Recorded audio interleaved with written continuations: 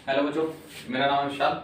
और आज जो है हम लोग क्लास 9 के एक जो आपका लेसन चल रहा था हीरोन्स का, ठीक है, उस हीरोन्स के चैप्टर में आज हम लोग उसके वर्ड प्रॉब्लम को आज देखेंगे कि वर्ड प्रॉब्लम को कैसे हम लोग इजीली सॉल्व कर सकते हैं। तो एक क्वेश्चन है आपका ये कि एक park in the shape of quadrilateral ABCD, यानी कि एक क्वाड्रिलेटरल के शेप में जो है आपका पार्क बना हुआ है, ठीक है, जो ABCD के डायमेंशन पे है। इसमें आपको बता दिया गया है कि angle C is equal to 90 degree, AB is equal to 9 metre, BC is equal to 12 metre, CD is equal to 5 metre and AD is equal to 8 metre. यानी कि आपको बता देगा कि एक क्वाड्रिलेटरल के शेप में ABCD के शेप में आपका एक पार्क बना हुआ है, जिसमें आपको मेजरमेंट सब आपको दे दिया है। आपको ध्यान रखना है कि क्या कि एंगल C जो है वो 90 डिग्री है और बाकी आपको मेजरमेंट यहाँ पे दिया हुआ है। तो ये पूछ रहा है कि how much area does it occupy, यानी कि पूरा का पूरा जो एरिया होगा वो कितना एरिया जो है वो कवर कर रहा है, वो आपसे पूछ रहा है। पहले हम लोग इसके डायग्राम को देखते हैं कि डायग्राम को कैसे बना सकते हैं। तो डायग्राम के अंदर आपको एक चीज ध्यान रखना है कि आपको एक एंगल जो है वो 90 डिग्री बनाना है, यानी कि ये एंगल अगर हम लोग 90 डिग्री बना दें तो एंगल C हो जाएगा, क्योंकि एंगल C ही क्या है आपका 90 डिग्री। तो ये हम लोग इसको राइट एंगल इस तरीके से क्रिएट कर देंगे, ये हो गया। अब ये क्योंकि आपको कहा था क्या कि क्वाड्रिलेटरल फॉर्म में, तो क्वाड्रिलेटरल फॉर्म में तो इसको थोड़ा सा क्वाड्रिलेटरल के फॉर्म में इसको लाएंगे और इसको यहाँ से मिला देंगे, ठीक है। तो ये आपका इस तरीके से हो जाएगा। तो यहाँ पे आपका A आ जाएगा, यहाँ पे आ जाएगा आपका B, C तो यहाँ पे है ही, तो यहाँ पे आप लोग लिख दो D, ठीक है। ABCD आप लोग अपने अकॉर्डिंग रख सकते हो, लेकिन आपको सिर्फ ये ध्यान रखना है क्या कि मेजरमेंट जो है जिसका यहाँ पे दिया हुआ है उसका वहाँ पे पुट करेंगे, और एंगल C जो है वो 90 डिग्री है, तो एंगल C पे ही उसको 90 डिग्री पे रहने देंगे। ये 90 डिग्री का कंफर्म है। अब आपको इसमें जहाँ मेजरमेंट है वो पहले लिख देते हैं। तो AB आपका दिया हुआ है, AB दिया हुआ है 9 मीटर, AB आपका 9 मीटर दिया हुआ है। BC आपका दिया हुआ है, BC यानी कि ये 12 मीटर, ये भी दिया हुआ है। उसके बाद आपको दिया हुआ है CD यानी कि ये वाला दिया हुआ है आपको 5 मीटर, और AD आपको दिया हुआ है, AD दिया हुआ है यानी कि ये दिया हुआ है आपको 8 मीटर, ठीक है। यानी कि आपके पास जो BD का मेजरमेंट है वो BD मेजरमेंट आपके पास अवेलेबल नहीं है। तो हम लोग सबसे पहले क्या करेंगे कि BD को मेजर करेंगे, ठीक है। क्योंकि देखिए BD को मेजर करने के लिए क्या है, देखिए आपको इतना दूर जो ये पोर्शन नजर आ रहा है ये राइट एंगल, ठीक है। तो राइट एंगल का आपको जो है वो थ्योरी पहले ही पढ़ा दिया गया कि राइट एंगल का क्या थ्योरी होता है, क्या फॉर्मूला होता है। तो हम लोग अब क्या करेंगे कि अब यहाँ पे हम लोग लिखेंगे इन ट्रायंगल। अब कौन सा ट्रायंगल में वर्क कर रहे हैं वो मेंशन करना जरूरी है, ताकि पता चले चेक करने वाले को कि हम कौन से ट्रायंगल में आपने वर्क किया। तो एंगल आपका हो जाएगा क्या BDC, तो इन ट्रायंगल BDC। अब ट्रायंगल BDC में हम लोग क्या फाइंड करेंगे, तो हम लोग फाइंड करेंगे BD को। तो BD, अगर आप BD को थोड़ा सा अगर ध्यान से देखो, BD अगर ध्यान से देखेंगे तो ये परपेंडिकुलर है, ये बेस है, और यहाँ पे एंगल है। तो एंगल के जस्ट सामने क्या होगा, एंगल के जस्ट सामने हाइपोटेनस यानी कि कर्ण होगा। यानी कि हम लोग इसको लिख सकते हैं क्या, BD इज इक्वल टू हो जाएगा आपका BC square plus CD square under root, ठीक है। BC आपका कितना दिया हुआ है, तो BC दिया हुआ है 12 स्क्वायर, CD आपका दिया हुआ है 5 यानी कि 5 का स्क्वायर, ये अंडर रूट हो जाएगा, ये हो जाएगा 144 एंड प्लस 25, ये दोनों का स्क्वायर हो गया। अब इन दोनों के स्क्वायर को ऐड करेंगे तो ये हो जाएगा आपका कितना 169, और 169 का जो रूट होता है वो होता है आपका कितना 13, यानी कि 13 मीटर आपका क्या हो जाएगा BD का जो लेंथ है, यानी कि ये हो जाएगा 13। और ये आपको 13 ध्यान रखना है, ये 13 इसके पोर्शन के लिए ये वाली लाइन है, तो ये लाइन कॉमन है, तो इधर भी 13 होगा और इधर भी आपका 13 ही होगा, दोनों साइड ये हो गया। अब हम लोग क्या देखते हैं, अब हम लोग देख रहे हैं क्या कि एक ट्रायंगल तो इधर है, लेकिन एक ट्रायंगल यहाँ पर भी आपको दिख रहा होगा ये पोर्शन, ठीक है। यानी कि ABD यानी कि ABD में भी क्या है, एक आपको ट्रायंगल दिया हुआ है। लेकिन हम लोग इसको अभी पहले बना लेते हैं कि BD तो आपका निकल गया, लेकिन BD निकालने से काम नहीं बनेगा, हमको क्या करना पड़ेगा, इस पोर्शन का एरिया निकालना पड़ेगा। तो हम लोग देखेंगे क्या यहाँ पे एरिया ऑफ ट्रायंगल, कौन सा ट्रायंगल है BDC, ये हो जाएगा 1/2 इंटू बेस इंटू हाइट। ये राइट एंगल ट्रायंगल का क्या होता है आपका, राइट एंगल ट्रायंगल का फॉर्मूला होता है, ठीक है। क्योंकि राइट एंगल क्यों है, क्योंकि यहाँ पे 90 डिग्री बना हुआ, तो यहाँ पर हो जाएगा 1 इंटू 2, बेस है आपका 5 और हाइट है आपका 12। अब इसको जब काटेंगे तो 2 6 यहाँ पे 6 हो जाएगा, 6 है जब 30, यानी कि ये आ जाएगा आपका 30 मीटर स्क्वायर, यानी कि BDC का एरिया तो आपका निकल गया। अब हम लोग देखते हैं कौन सा एरिया निकालेंगे हम लोग। अब हम लोग यहाँ पे लिखेंगे कि इन ट्रायंगल, अब कौन सा ट्रायंगल बनाएंगे, ABD बनाएंगे, ट्रायंगल ABD। अब ABD ट्रायंगल के अंदर क्या है, ABD ट्रायंगल के अंदर आप लोगों को थोड़ा सा ध्यान रखना है क्या कि आपके पास क्या क्या अवेलेबल है। तो आपके पास तीनों साइड अवेलेबल है 9, 8, 13। तो आपको क्या करना पड़ेगा, पहले सेमी पेरीमीटर जो है इसका फाइंड आउट करना पड़ेगा। तो ये हो जाएगा 9 + 8 + 13/2, यानी कि हो गया आपका A + B + C/2 का फॉर्मूला। तो ये हो जाएगा आपका 30 और 30/2 हो जाएगा आपका 15। तो 15 मीटर जो है सेमी पेरीमीटर आ गया।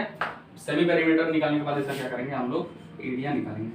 तो एरिया का फॉर्मूला आपको पता है क्या कि जब तीनों साइड इस अगर S लगा दिए तो होता है S × A B C, इस तरीके से बनाते हैं। तो ये हो जाएगा आपका 15 - A यानी कि 9, 15 - B यानी कि 15 - 8 एंड 15 - C यानी कि 15 - 13। ये हो जाएगा √, और इसको हम लोग सॉल्व करेंगे तो ये हो जाएगा आपका 15 × 6, 7, 2। अब इसको क्या कर सकते हैं हम लोग, थोड़ा सा ब्रेक करेंगे इसको। तो ये हो जाएगा आपका 3 × 5, 6 को ब्रेक करेंगे 3 × 2, 7 तो वैसे ही रह जाएगा और 2 भी वैसे ही रह जाएगा। अब हम लोगों को पता है क्या कि इसके बाद जो है हम लोगों को करना ये है कि हम लोग इसमें से पेयर को बाहर करते हैं, सेम नंबर के पेयर को बाहर करते हैं। देखिए 3, 3, इसका एक पेयर बाहर हो जाएगा यानी कि 3 बाहर हो जाएगा।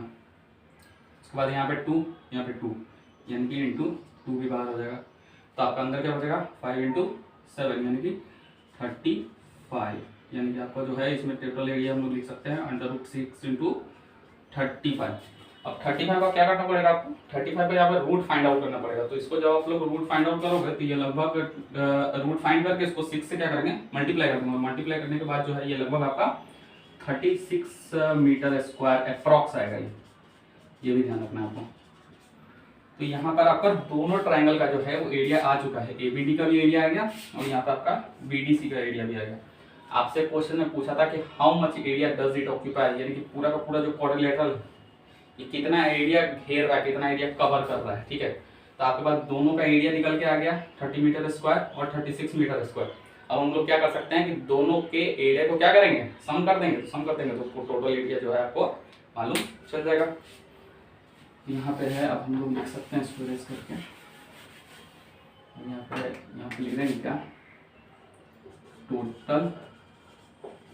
Total area occupy. यहाँ पे आपका एक जो है वो कितना है 30 मीटर स्क्वायर और प्लस आपका 36, तो ये हो जाएगा आपका 66 मीटर स्क्वायर। और यहाँ पे आप लिख सकते हैं अप्रॉक्स, ठीक है, क्योंकि ये अप्रॉक्सीमेट वैल्यू है, क्योंकि यहाँ पे 35 का जो था वो रूट था इसलिए। ठीक है, अब हम लोग जो है नेक्स्ट क्वेश्चन को देखते हैं। अब हम लोग देखते हैं नेक्स्ट क्वेश्चन को। नेक्स्ट क्वेश्चन देखिए आपका क्या बोल रहा है, इसमें बोल रहा है कि a rhombus shaped field has green grass for 18 cows to graze. Each side of the rhombus is 30 centimeter and its longer diagonal is 48 centimeter. How much area of grass field will each cow get? यानी कि आपको question को पहले अच्छे से समझना क्या है। एक रोम्बस शेप्ड का फील्ड है। रोम्बस क्या होता है, रोम्बस होता है आपका समचतुर्भुज जिसकी चारों भुजाएं क्या होती है, समान होती है। ठीक है, ये बता रहा है क्या कि एक ग्रीन ग्रास रोम्बस फील्ड है जो 18 गायों के चरने के लिए बनाया गया है।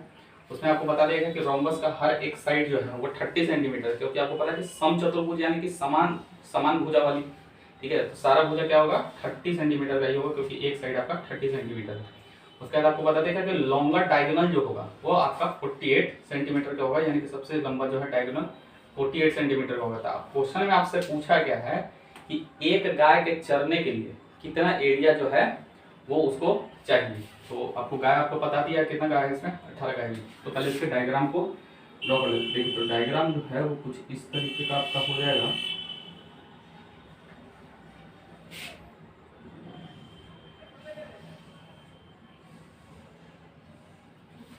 और यहाँ से आप इसको जो है थोड़ा सा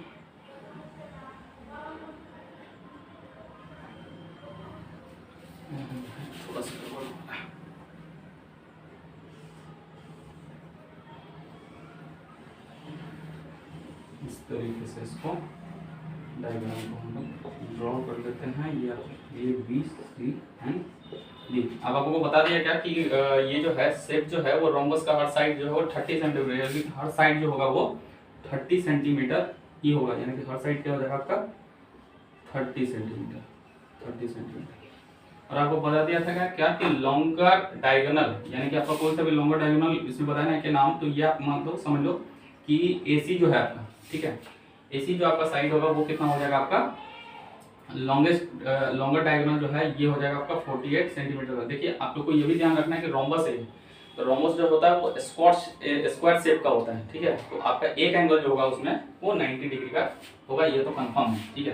तो अब हम लोग जो है वो देखते हैं क्या कि कौन सा है। तो अब ये सेंटर है, यहाँ पे सेंटर को आप सब लोग समझ लो ये, ठीक है। और यहाँ पर इसको जो है डायग्राम को आप लोग अच्छे से बनाइएगा, ये यहाँ पे बिल्कुल एग्जैक्ट कॉर्नर पर मिलना चाहिए, ठीक है, ताकि यहाँ पर जो है एक 90 डिग्री क्रिएट हो जाए, बिकॉज कि स्क्वायर के शेप का होता है रोम्बस, ठीक है। तो हम लोग सॉल्यूशन इसका करते हैं, तो सॉल्यूशन में हम लोग लिख सकते हैं, देखिए आपको पता है क्या कि डायगोनल का जो है आपको पूरा का पूरा लेंथ पता है, यानी कि 48 मालूम है आपको, ठीक है। तो 48 अगर मालूम है तो ये यानी कि आपको मालूम है क्या AC अगर आपको पता है, मान लो AC अगर आपको मालूम है 48 सेंटीमीटर, तो 48 अगर सेंटीमीटर AC का लेंथ है, तो यानी कि AO का भी कुछ ना कुछ लेंथ होगा, तो AO जो है उसका हो जाएगा हाफ, यानी कि 48 का हाफ कर देंगे तो ये हो जाएगा आपका 24 सेंटीमीटर। साइड आपको पता है, ठीक है, तो साइड जब पता है तो अब हम लोग को क्या फाइंड करना पड़ेगा, हम लोग को फाइंड करना पड़ेगा ये वाली लेंथ, यानी कि BO। तो यानी कि BO फाइंड करना है, तो BO फाइंड करने के लिए हम लोग ये लिखेंगे इन ट्राइंगल। अब कौन सा ट्राइंगल में काम कर रहे हैं, तो हम लोग ट्राइंगल AOB में काम कर रहे हैं, ट्राइंगल AOB में क्या फाइंड कर रहे हैं हम लोग, तो फाइंड कर रहे हैं हम लोग OB या BO कह सकते हैं। यानी कि हमारे पास दो लेंथ है, एक तो है आपका क्या 24 और एक आपका साइड है मिला हुआ आपको, ठीक है। तो यानी कि आपको जो है क्या फाइंड करना है, एक्चुअली फाइंड करना है आपको बेस। तो BO हो जाएगा आपका कितना, तो ये हो जाएगा 24 यानी कि 30 स्क्वायर एंड माइनस 24 स्क्वायर। इस तरीके से हम लोग BO को फाइंड कर लेंगे पाइथागोरस का थ्योरम लगा के। तो ये हो जाएगा आपका 900 और ये हो जाएगा आपका कितना 576 और इसको जब हम लोग रेस करेंगे तो 4, ये हो जाएगा 972 और यहाँ पे हो जाएगा 853 यानी कि 324 और 324 का जब स्क्वायर रूट फाइंड आउट करेंगे तो स्क्वायर रूट हो जाएगा आपका 18, ठीक है। तो ये आपका यहाँ पे 18 सेंटीमीटर जो है ये आपका आ गया BO। अब देखिए जब ये साइड अगर आपका आ गया, ठीक है, साइड अगर आपका आ गया तो हम लोगों को क्या करना पड़ेगा, इसमें इसका एरिया जो है वो फाइंड आउट हमको करना पड़ेगा। तो ये हम लोग एरिया कैसे फाइंड आउट करते हैं, तो एरिया निकालेंगे, तो एरिया हो जाएगा 1/2 इंटू बेस इंटू हाइट, यानी कि 1/2 और बेस आपका आ गया कितना 18 और हाइट आपके पास 30। अब यहाँ से इसको हम लोग कट कर लेंगे तो ये हो जाएगा कितना 9 ये हो जाएगा 270 सेंटीमीटर स्क्वायर जो है इसका ये एरिया निकल के टोटल आ जाएगा, ठीक है।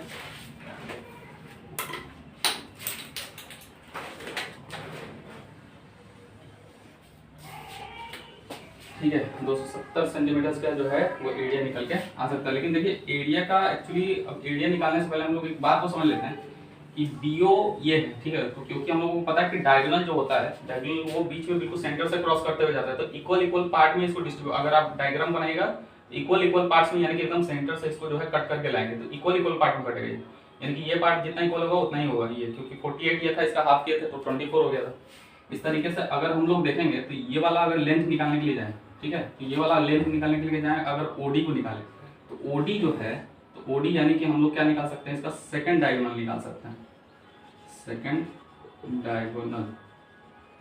क्योंकि आप लोगों को एक चीज इसमें पता है क्या कि क्वेश्चन में एक आपको डायगोनल दिया हुआ है, तो एक डायगोनल दिया हुआ है तो दूसरा डायगोनल आपको निकालना पड़ेगा। एक डायगोनल आपको दिया हुआ है यानी कि AC, तो आपको क्या निकालना पड़ेगा BD। तो यानी कि BD का अगर हम लोग मेजरमेंट करें तो BD का मेजरमेंट करने से पहले देख लेते हैं कि BO कितना आया है। तो BO आया है आपका 18, तो 18 का डबल कर देंगे तो आपका आ जाएगा आपका BD आ जाएगा, यानी कि 36 सेंटीमीटर आपका आ जाएगा BD। अब ऐसा क्यों किया गया, क्योंकि डायगोनल जो है वो इक्वल पोर्शन में ही रोम्बस में डिस्ट्रीब्यूट होता है, ठीक है। अगर पूरा दिया रहेगा तो हाफ कर देंगे तो दोनों पार्ट आ जाएगा, और अगर एक पार्ट है तो इसको डबल कर देंगे तो दोनों पार्ट आ जाएगा। अब हम लोग क्या निकाल सकते हैं, यहाँ पे निकाल सकते हैं एरिया ऑफ